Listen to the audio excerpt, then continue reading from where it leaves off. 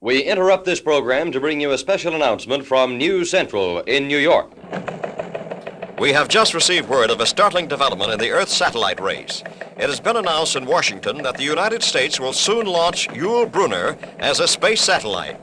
The announcement was made following a special meeting of the President with a group of scientists, during which they saw films of the King and I.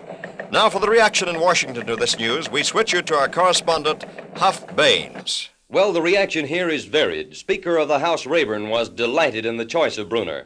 We hunted several hours for John Foster Dulles before we found him for comment. He had been in his office, and he observed that Yul Brynner was a good man to head this assignment. Meanwhile, Governor Faubus's only comment was that Arkansas would definitely not be the site of the launching.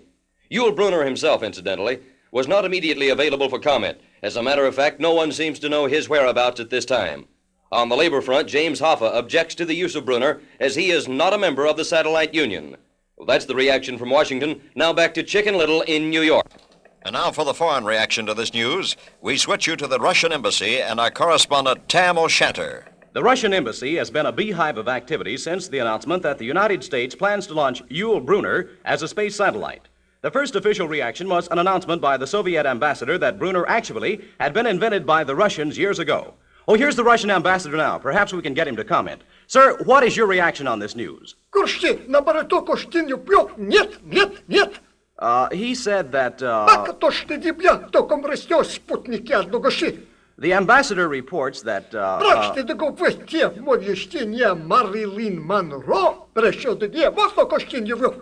according to the ambassador, well, as a matter of fact, I don't speak Russian. Now back to Chicken Little in New York. Now for the reaction in Hollywood, we switch you to Los Angeles and our correspondent, Jimmy Celloist.